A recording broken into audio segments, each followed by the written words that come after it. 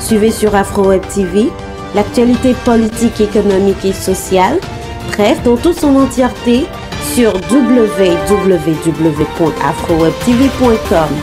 Veuillez vous abonner à notre chaîne AfroWeb TV sur YouTube et Facebook pour ne rien rater sur l'essentiel de l'actualité de la semaine. AfroWeb TV, au service de la communauté africaine à la diaspora. AfroWeb TV, c'est l'Afrique qui gagne.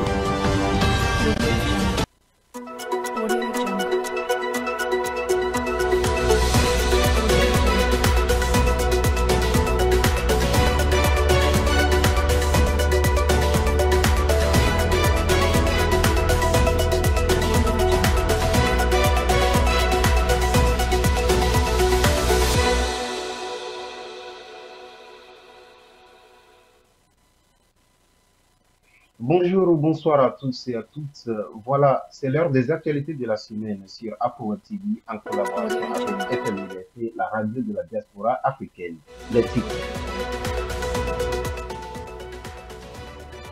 Le Mali a reçu cette semaine 4 hélicoptères, des armes et des munitions en provenance de la Russie.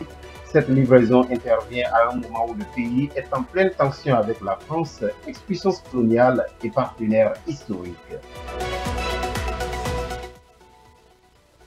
Le président américain Joe Biden a promulgué jeudi une mesure temporaire pour maintenir le gouvernement financier jusqu'au début décembre et éviter un shutdown, une nouvelle fermeture partielle des administrations fédérales.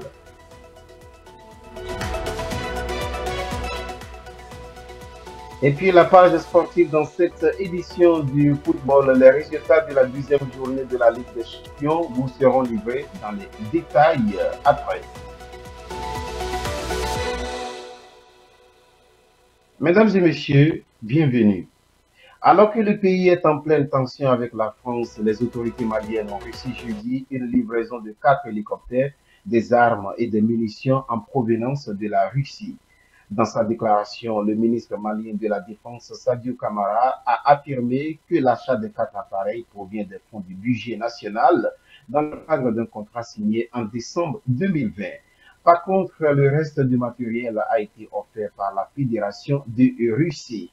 Avant ce nouveau développement, le président français Emmanuel Macron avait qualifié de honte les accusations du premier ministre malien de transition, Choguel Kokaya Maïga, le 25 septembre dernier à la tribune des Nations Unies, selon lesquelles la réorganisation du dispositif militaire français au Sahel est un abandon en plein vol de son pays. Direction Guinée, le colonel Mamadi Doumbouya a prêté serment, c'était hier vendredi, comme président de la Guinée pour une période de transition dont la durée et le contenu restent inconnus.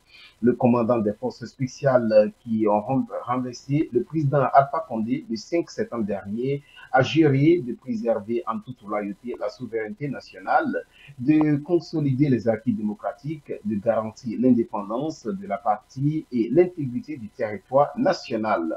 Après 2 coups de force du Mali voisin, Mamadi Doumbouya a conduit le 3e putsch en un an en Afrique de l'Ouest et s'il a été largement condamné par la communauté internationale et les instances régionales, le nouveau leader guinéen fait la fierté d'une population exaspérée par la pauvreté, la corruption et la répression des dernières années. Alors qu'il refuse de démissionner, Alpha Condé est toujours détenu en secret. Face aux questions de l'insécurité au Burkina Faso, en proie à des violences djihadistes récurrentes, les autorités du pays annoncent avoir trouvé un consensus avec l'opposition sur une mobilisation patriotique. L'annonce fait suite à la fermeture d'un dialogue politique lancé depuis le 17 juin dernier entre la majorité et l'opposition. Sur sa page Twitter, le président burkinabé, Roch Marc Christian Kaboré, a félicité les acteurs politiques des deux camps pour l'engagement réciproque et le sens de l'écoute et s'est engagé lui-même à veiller particulièrement à la mise en œuvre des points de consensus. Parmi les accords conclus figure l'organisation d'un forum sur la question de la réconciliation nationale en janvier 2022 en vue d'un dialogue inclusif. Ce dernier permettra à l'ex-président Blaise Compaoré, en exil en Côte d'Ivoire depuis 2014, et l'ancien Premier ministre Isaac Sida, en exil au Canada, de rentrer donc au pays. Et puis, ils sont des milliers de Soudanais à manifester jeudi à Khartoum pour apporter leur soutien à la mise en place d'un pouvoir civil dans le pays. Le pays traverse une transition depuis la chute d'Omar El-Béchi en avril 2019 sous la pression de la rue. L'ex-président avait dirigé le pays pendant 30 ans sans partage.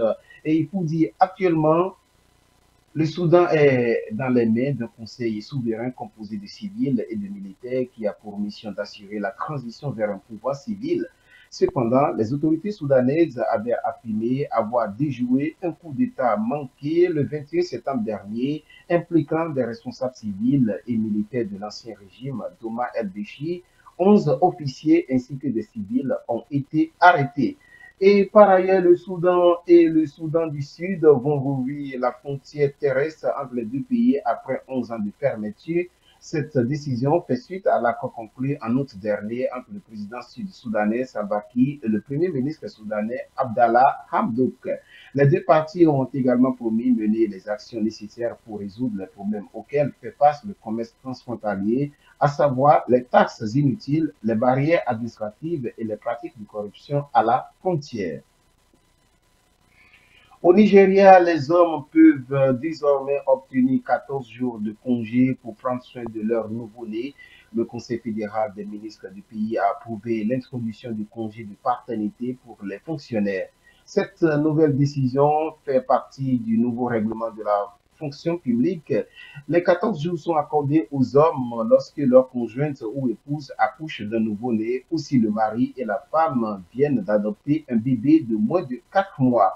Les congés en question aideront les hommes à se lier correctement avec leur nouveau-né ou bébé adopté selon les autorités du pays. Enfin, pour clore le chapitre sur le plan africain, le Togo a reçu cette semaine des directeurs généraux et directeurs de la protection civile des pays africains, membres de l'Organisation internationale de la protection civile, pour leur 5e réunion. Au cœur des discussions, la stratégie de la structure de l'OIPC pour l'Afrique et le projet d'établissement des plateformes sous-régionales en Afrique et le cas particulier de l'Afrique de l'Ouest. Selon les informations relayées par le quotidien Kwasi, la rencontre a permis aux participants d'assurer une meilleure coordination de leurs actions régionales et un partage d'expériences en matière de protection civile entre États africains et membres de l'organisation. Ils ont également discuté des problèmes communs en matière de gestion des catastrophes et de partager des expériences pour une protection forte. Hors du continent africain, le président américain Joe Biden a promulgué jeudi une mesure temporaire pour maintenir son gouvernement financé jusqu'au début du mois de décembre et éviter un shutdown, une nouvelle fermeture partielle des administrations fédérales. Le Congrès américain a adopté de justesse le projet de loi quelques heures avant l'expiration du financement, ce qui pourrait forcer la fermeture des musées fédéraux, des parcs nationaux et des programmes de sécurité. Le projet de loi en question comprend également des fonds de secours d'ouragan et des soutiens aux réfugiés afghans. Cependant, le projet de loi d'infrastructure massif d'1 milliard de dollars du président Joe Biden a été donc reporté. La Corée du Nord a annoncé avoir testé jeudi un nouveau missile anti-aérien, son quatrième missile d'armes en moins d'un mois. Le dernier test intervient quelques jours après que la Corée du Nord a lancé un nouveau missile hypersonique qui aurait des capacités nucléaires.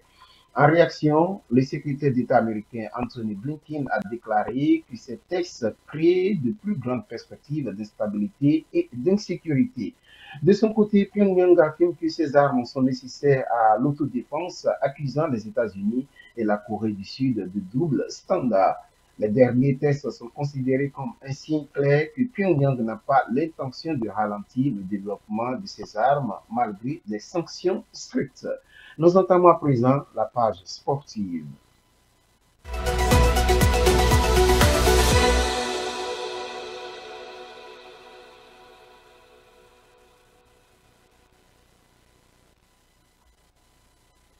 Du football, dans cette édition, nous allons tout simplement parler des résultats de la deuxième journée de la Ligue des Champions.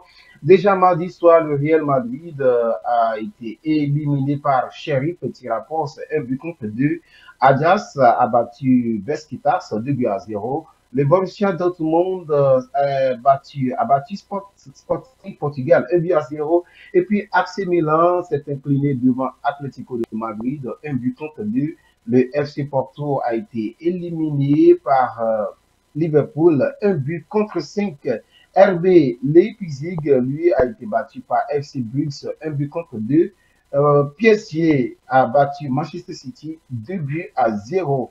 Et puis mercredi, Atlanta a battu Young Boys de Berne 1 but à 0. Le Zenit Saint-Pétersbourg a battu Malmo 4 buts à 0. Le Bayern Munich a massacré Dynamo Kiev 4 buts à 0. Wolfsburg et le FC Séville ont fait match nul 1 but partout.